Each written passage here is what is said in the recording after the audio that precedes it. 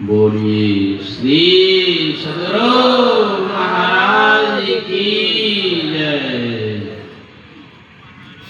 दिव्य सूक्ष्म रूप में सर्वत्र विराजमान परमाराध्य सदगुरु महाराज के पावन चरणों में कोटि कोटि नमन। अपने निवास में विराजमान ब्रह्मलीन संत साई स्वामी जी महाराज के विशेष कृपा पात्र पूज्यपाद प्रधानाचार्य ब्रह्म ऋषि चित्रानंद जी महाराज के पावन चरणों में कोटि कोटि नमन। पूज्य महात्मा गण, सत्संग प्रेमी सदात्माओं, माताओं एवं बहनों, आज अंतिम बेला के सत्संग में हम लोग अंतिम उपदेश भक्ति के संबंध में सुन रहे। यह अंतिम वक्त है, इसलिए हम लोगों को भक्ति संबंधित बातों को सुनने समझने के लिए सावधान हो जाना चाहिए, क्योंकि जैसा प्रसंग है नवधा भक्ति का उपदेश भगवान श्री राम जी सबरी माई के कुटिया पर पधार कर सुनसान और एकांत स्थान, कोई कोलाहल नहीं है, कोई बच्चे वहां नहीं है, पारब्रह्म परमेश्वर परमात्मा सुनाने वाले हैं। परम भक्तिन सबरी माई सुनने वाली। और राम जी ने क्या कहा? नवधा भगति कहाँ कोई पाही, सावधान सुनो धरो मनमाई। सबरी के प्रसंग को हम लोग सुनते हैं, लेकिन सबरी का क्या त्याग है, सबरी के जीवन में क्या सावधानी है, उसको हम लोग सुनने समझने के लिए भी तैयार नहीं है। तो सावधानी कब होगी? कई जन्म तो हमें सावधान होने में लग जाए, तब आप सुनने के लिए तैयार होंगे। गुरु महाराज कहा करते थे, संत मत में दीक्षित हो गए हो, बड़ा भाग है। मांस मछली अंडा शराब खैनी दारू सब छोड़ करके दीक्षित हो गए हो। यदि संत मत में दीक्षित नहीं होते तो करोड़ों जन्म भटकना पड़ता, एक जन्म में। बहुत मत चल चुका है ना, खान पान का कोई ठौर ठिकाना नहीं, वो भी शिष्य बन गए दीक्षा लेने। गुरु महाराज कहते हैं, यदि संत मत में दीक्षित नहीं होते तो करोड़ों जन्म भटकना पड़ता। संत मत में दीक्षित हो गए हो, अब करोड़ जन्म नहीं लगेगा। लेकिन जो हालत है, भजन भेद लेकर दीक्षा मंत्र भी बुला जाते हैं, सत्संग में शांति पूर्वक बैठ नहीं सकते हैं, शरीर हलचल है, मन भी चंचल है। सत्संग में आ गए समय निकाल कर, ना तो तन स्थिर है ना तो मन स्थिर। तो सोच लीजिए, करोड़ जन्म तो नहीं लगेगा, लेकिन लाख जन्म जरूर लगेगा। फिर भी फायदा ही फायदा है। दीक्षा ले लिए तब करोड़ जन्म नहीं, लाख जन्म। 99 लाख बार जो जन्म लेते, मरते, उस दुख से छुट्टी मिल गई दीक्षा लेने से। लेकिन अब 1 लाख जन्म बचा है जिनका शरीर सत्संग में स्थिर नहीं रहता है। नाटक देखने में बिल्कुल स्थिर, धन कमाने में बिल्कुल स्थिर, और सत्संग सुनने में एकदम लगता है कि कहाँ से आ गया है। बंदर के तरह 5 मिनट भी बंदर नहीं बैठ सकता है सत्संग में। इतना भी सिखाया पढ़ाया बंदर हो, बैठा करके दिखा देते, नहीं बैठ पाए। सबरी इसी जन्म से सावधान नहीं है, पिछले कई जन्मों से सावधान। फिर भी राम जी कहते हैं, हे सबरी, मैं तुझे पा करके 9 प्रकार के उपदेश करने जा रहा हूं, तुम मेरी बातों को सावधान होकर के सुनो और मन में धारण करो। बहुत लोग इस कान से सुनते हैं, दूसरे कान से निकाल देते। प्रथम भगति संतन कर संगा। संसार में यदि कोई भक्ति प्रारंभ करना चाहते हैं, जो दुखों से छूटना चाहते हैं, तो पहली भक्ति जो है यही संतों का सत्संग है। सत्संग समय निकाल करके सत्संग में आइए, नहीं तो जब तक है जिंदगी फुर्सत ना होगी काम से। इस संसार में कभी फुर्सत नहीं होगी जिंदगी में, चाहे 100 वर्ष जिंदगी रहे, कि 500 वर्ष जिंदगी रहे, कि 1000 वर्ष जिंदगी रहे, लाख वर्ष जिंदगी रहे, कभी फुर्सत नहीं। कहेंगे लाख वर्ष में जीते हैं। हाँ भाई, त्रेता युग में देख लीजिए, राजा दशरथ कि जब 60,000 वर्ष आयु पूरे हो गए, उनका एक बाल पका था। राजा दशरथ को बड़ी चिंता, मेरे बाल पकने लगे, अब बुढ़ापा की ओर जा रहा हूं, एक भी संतान नहीं है। 60,000 वर्ष में एक बाल पका। लाख लाख वर्ष तक जीवन सतयुग में होते थे। हम लोगों का जीवन देख लीजिए, जब तक है जिंदगी फुर्सत ना होगी काम से। 1000 वर्ष आई हो कि लाख वर्ष आई हो, यह जिंदगी जब तक है तब तक जो है काम से किसी को फुर्सत नहीं। और आप लोग तो एकदम बहादुर हैं, फुर्सत निकाल करके सत्संग में आए। यही पहली भक्ति है। प्रथम भगति संतन कर संगा, दूसरी रति मम कथा प्रसंगा। बहुत लोग कथा में बहुत प्रेम, बहुत लोग प्रेम नहीं तो इधर देखेगा, कौन आया कौन गया, खत्म हो गए। भक्ति के मार्ग से गिर गए। भक्ति मार्ग अति दुस्तर, जस खाने की धार, डोले तो कटी पड़े, निश्चल उतरेगा।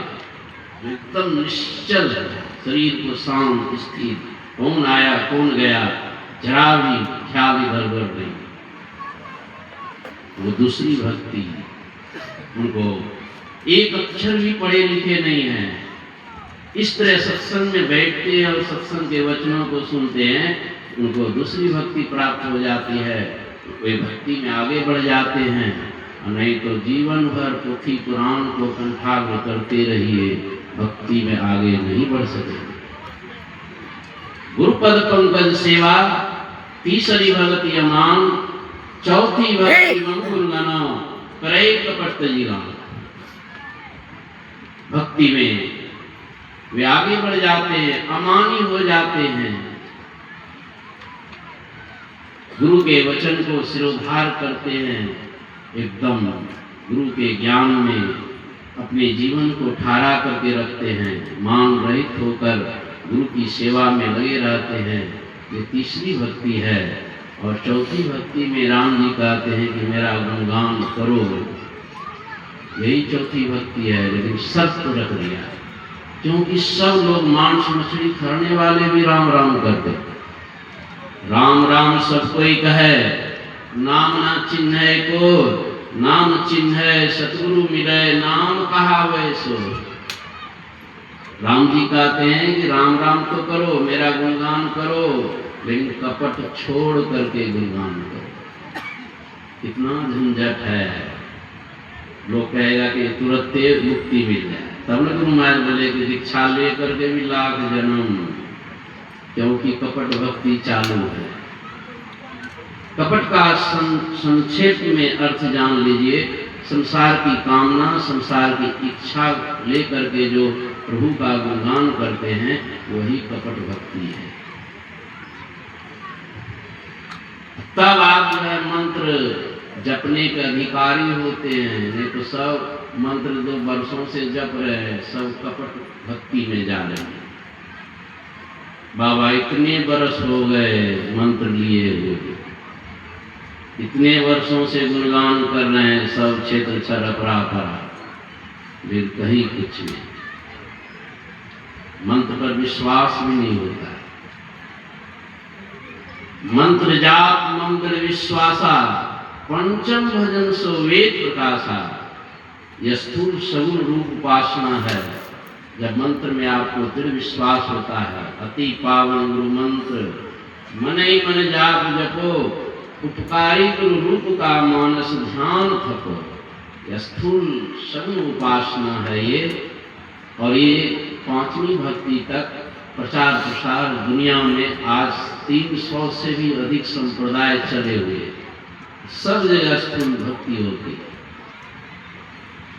मुक्ति का कहीं कोई उपाय नहीं। संसार की कामना की पूर्ति होती है स्थूल भक्ति में, लेकिन मुक्ति का कोई उपाय नहीं है। इसलिए राम जी कहते हैं छठी भक्ति करो, ये सूक्ष्म भक्ति है। ऐसी का प्रचार संत मत के द्वारा होता है। छठ दमशील विरति बहु कर्मा, निरत निरंतर सज्जन धर्मा। यहीं पर जो है कहते हैं बचपने से भक्ति में लग जाओ भाई, नहीं तो बालापन गेले खेल कूद में, तरुणाई मदमान, वृद्धापन में धन अरुजन के, तृष्णा छुए छे असमान हो, अब की करिए भगवान। कबहू ना कैलो साधु संगतिया, ना सुनलो कछु ज्ञान, कबहू ना कैलो गुरु भगतिया, के ना होते कल्याण।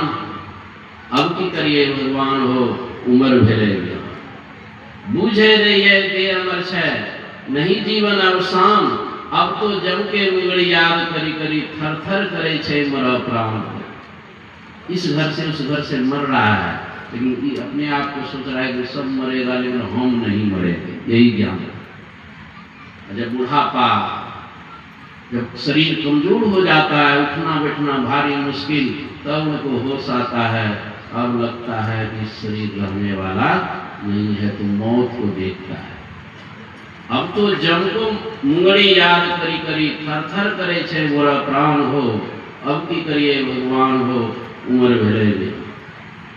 कहीं मौका लगा होगा इसी तरह का अधिवेशन में आने का, सत्संग में आने का, कुछ सुना होगा, वही मृत्यु काल में जो है वो काम आता है। इसलिए यहाँ मत समझिएगा हम लोग यहाँ मनोरंजन करने के लिए आए, टाइम पास करने के लिए नहीं। सबकी मृत्यु होगी और मृत्यु के समय में यही दो शब्द जो आपने सुन रखा है वही काम आता है। लाज लगे छे विनय करे में, करनी आपन जान। बुढ़ापा में भगवान की प्रार्थना करने में भी लज्जा, क्योंकि सब काम जीवन भर उल्टे पुल्टे करके बूढ़ा हुए। लाज लगे छे विनय करे में, करनी आपन जान। साही मन संतोष जानी, प्रभु छथिन कृपा निधान। बस यही सत्संग में सुने होंगे कि परमात्मा तो बड़े कृपालु हैं, बड़े दयालु हैं, एकदम परमात्मा पर संतोष धारण कर लेते हैं। जाही विधि राखे राम, ताही विधि रहिए राम राम। पूर्ण भरोसा मृत्यु काल में जब हो जाता है, नहीं तो नाती पर विश्वास भरोसा, तो धन पर भरोसा, तो मकान पर भरोसा, इस तरह भरोसा करके जो मरते हैं तो दोबारा उनको मनुष्य शरीर भी नहीं मिलता। तो छठ दम जीवन भर बचपन से ही भक्ति करने में लग जाना चाहिए, क्योंकि इसमें दम चाहिए। राम जी कहते हैं छठ दम। दम का मतलब ही समझ लीजिए। बहुत लोग कहें हम तो बेदम हो गए हैं, ना तो दम हो रहा है हमारा, क्या भक्ति करेंगे। दम का मतलब ये नहीं समझिए कि बहुत दम वाला, अररिया जिला में कोई बहुत बड़ा पहलवान होगा वो दम वाला है, उससे भक्ति हो जाएगी। नहीं नहीं, दम का मतलब होता है इंद्रिय निग्रह। कमजोर शरीर है, बूढ़ा शरीर है, चिंता की बात नहीं है। जो अपने इंद्रियों को वश में रखे हुए हैं, जो अपने इंद्रियों को कंट्रोल करके रखे हुए हैं, शरीर कैसा भी है, रोगी है, बूढ़ा है, वही इस धरती पर दम वाला है। इसलिए यहाँ मनुष्य शरीर में आकर के दम बनाइए। दम स्थूल साधना के साथ साथ सूक्ष्म साधना, दृष्टि साधन की क्रिया भजन वेद में संस्मृत में दी जाती है। उस क्रिया को अच्छी तरह समझ लीजिए। यदि नहीं समझे हैं तो फिर से समझिए। जाओ नहीं समझाओ सदगुरु कर लो। गुरु महाराज को भी शंका है, ये क्रिया प्राय लोग नहीं समझ पाते हैं, एक बार दीक्षा ले लें। इसलिए कहते हैं बार बार जाकर के समझिए और तैयारी कीजिए, तब दम होगा। क्या तैयारी? प्रत्येक दिन दीक्षा लेने के बाद त्रैकाल संध्या कीजिए, ब्रह्म मुहूर्त में जगिए, ध्यान कीजिए। दिन में स्नान करने के बाद ध्यान कीजिए, फिर सूर्यास्त होने के बाद ध्यान कीजिए। जैसा गीता में भगवान कृष्ण ने बताया है वैसा ही ध्यान हम लोगों को गुरु महाराज ने बताया है। इस तरह दीर्घ काल तक जो त्रैकाल संध्या करते हैं और अपने महापुरुषों के चरणों में जाकर के शंका का समाधान करते हैं, ये मेहनत करते करते कभी न कभी उनकी दृष्टि गुरुलिंगिक स्थान पर टिक जाती है। मन का पुरुषता, शरीर इंद्रियों में जो बिखरी हुई चेतन धार है वह सिमट करके आज्ञा चक्र के केंद्र में केंद्रित हो जाती है। यही है छठ दम सी विरति बहु कर्मा, निरत निरंतर सज्जन धर्मा। दिन रात में सज्जनों के धर्म में लगे रहते हैं, उनके लिए संपूर्ण धरती जो है सत्संग स्थल ही बन जाता है। और निरंतर परम प्रभु परमात्मा के शब्द को सुनते हैं।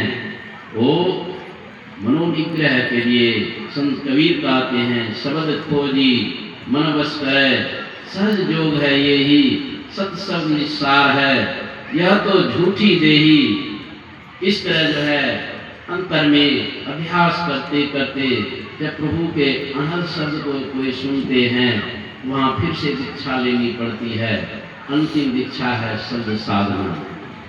जो दिन रात इसके पीछे लगे रहते हैं, तो फिर जो है अभ्यास करते करते कभी ना कभी उसे सत्शब्द सार शब्द की प्राप्ति हो जाती है।